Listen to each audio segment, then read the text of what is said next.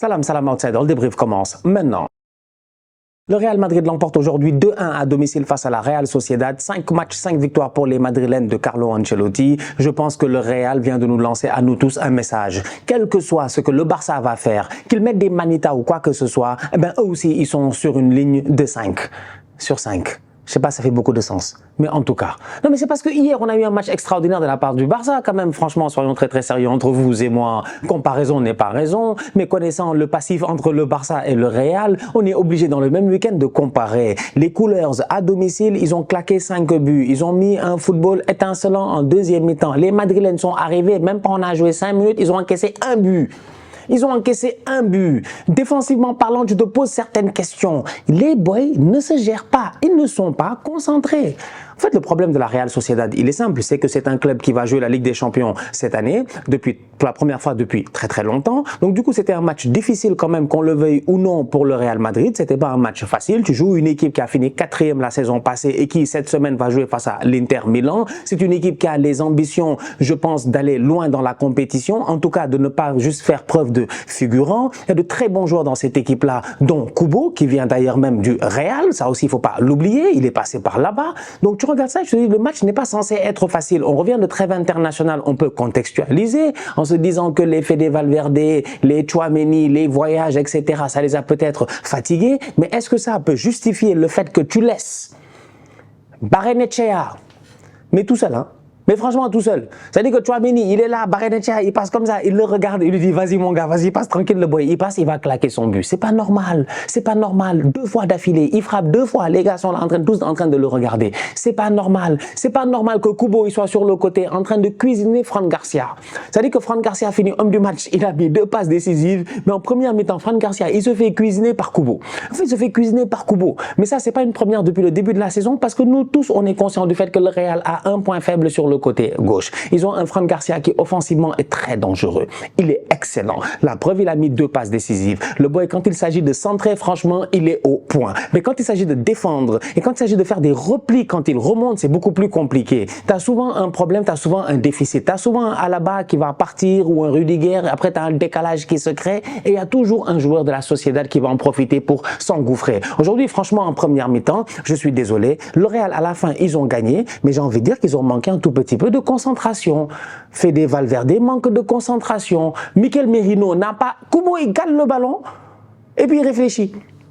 Oh, mais on était là, on a vu le match quand même. Kubo, il cale le ballon, il réfléchit, il voit pas de solution. Il se dit, mais il n'y a pas de solution, il n'y a pas de solution. Hop, il donne le ballon parce qu'il sait que Mikel Merino, après 25 ans, a réussi à trouver un moyen de se faire oublier par Fede Valverde, si je ne me trompe pas, qui ne le suit pas au marquage. Donc, tu as pas mal de petites erreurs comme ça au niveau du Real, au milieu de terrain. Mais au-delà de cela, même quand la Sociedad mène 1-0, le Real peut revenir au score. C'est ça la force du Real. C'est pour cela que moi, je vous l'ai toujours dit que si je pariais, je ne parierais jamais contre le Real. C'est des bandits. C'est des bandits. Cette semaine va revenir leur compétition, la Ligue des Champions. Ils ne l'ont pas gagné l'année passée. C'est des choses qui arrivent cependant. C'est leur compétition. C'est une compétition de bandits. C'est des méchants. C'est des méchants. C'est des méchants. La Real Sociedad peut s'en sortir aujourd'hui avec un match nul 2-2. Malheureusement, ils ne peuvent pas le faire. Pourquoi? Parce que quand tu as l'occasion de tuer le Real, il faut tuer le Real. Quand tu as l'occasion de tuer le Real, il faut tuer le Real. Et la Sociedad aujourd'hui, en première mi-temps, ils peuvent tuer le Real. Il manque aussi de chance. Kubo la frappe, elle est contrée par le dos du boy, il est hors jeu. Les frappes, les sorties de Kepa. C'est-à-dire que la Sociedad, ils doivent tuer le Real en première mi-temps. Ils doivent claquer un deuxième but. Ils ne réussissent pas à le faire. Et ils l'ont regretté toute leur vie. Parce que c'est à ce moment-là que tu es tombé face à une équipe du Real Madrid qui a des joueurs d'expérience, des joueurs dangereux, des boys qui peuvent se créer des occasions. Donc même en première mi-temps, quand la Sociedad est en train de pousser et que tu te dis « Ah, Madrid là, aujourd'hui, ça n'a pas l'air très sûr. » Madrid se crée des occasions.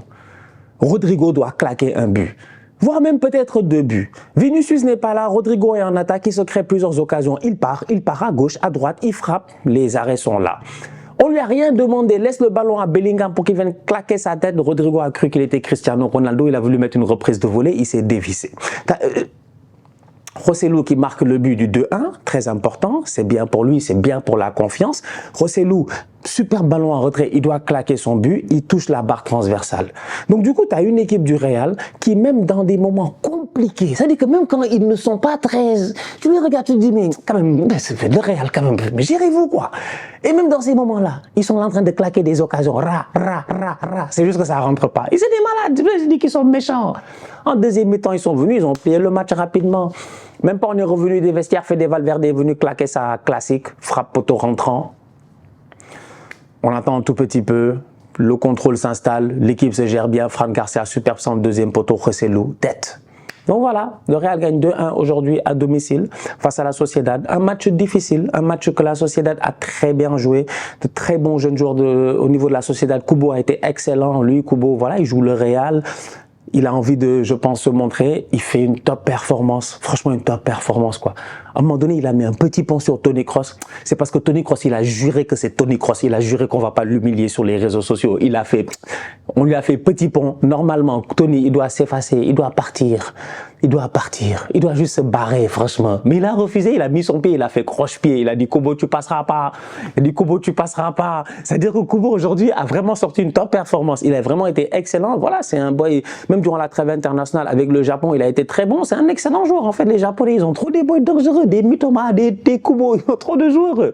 Ils ont trop de très bons joueurs, les Japonais.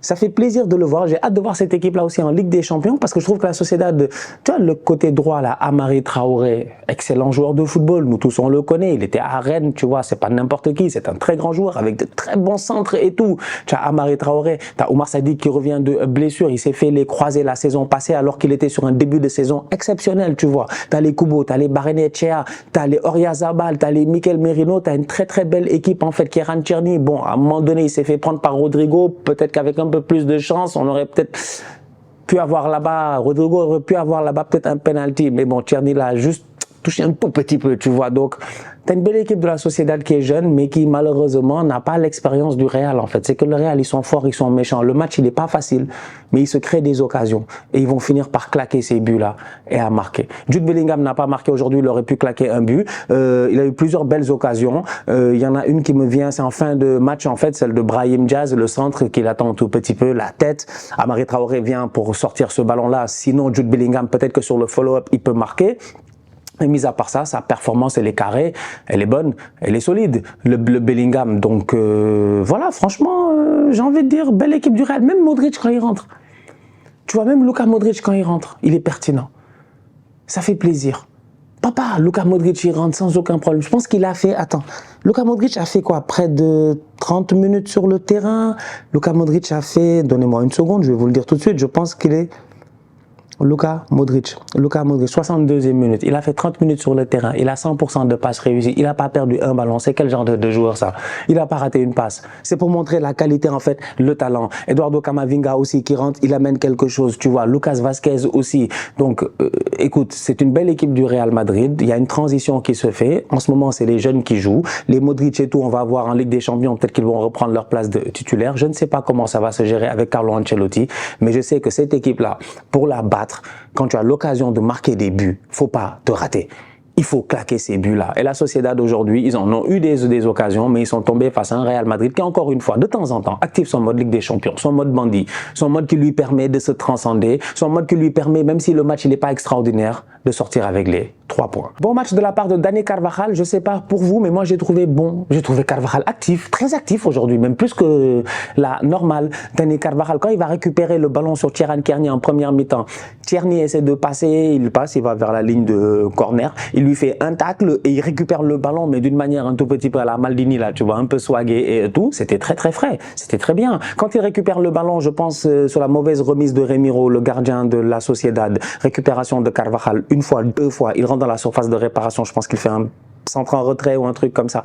Mais c'était très bien. En fait, tu as eu un très bon, pour moi, Dani Carvajal, un Carvajal très très actif, un Carvajal, voilà, ça fait plaisir de le voir à ce niveau-là parce que ces dernières années, on a eu l'occasion de dire que Carvajal en Ligue des Champions n'était pas le même qu'en championnat. S'il réussit cette saison à nous sortir le même niveau dans toutes les confrontations qu'il aura à avoir, ça risque de donner des choses intéressantes parce que je le répète encore une fois, c'est une équipe qui a beaucoup d'expérience. C'est-à-dire que même quand il joue mal, l'expérience souvent elle fait cette différence-là. Tu vois les Rudiger, les Alaba, les Carvajal, les Toni Kroos, Tony Kroos, il fait un match où, défensivement parlant, c'est difficile pour lui, en fait. Il faut qu'on en parle même. Défensivement, c'est dur. C'est dur pour Tony, c'est dur. C'est dur parce que dès que les boys de la société récupèrent le ballon, ils tracent, c'est dur pour lui, il ne peut pas les rattraper. Si les boys, ils le dribblent en 1 contre 1, il ne peut pas les rattraper. Mais mon Dieu, quand eux, ils ont le ballon, mais Tony, c'est le patron.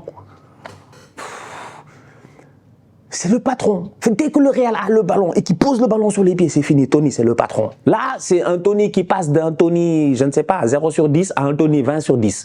C'est-à-dire que là, ça change. Tony, comme un pizzaiolo.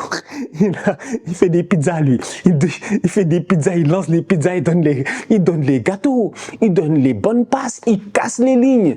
Donc c'est un Real qui, je dis qu'ils ont une excellente balance entre l'expérience et la jeunesse. Et ça fait cette différence-là.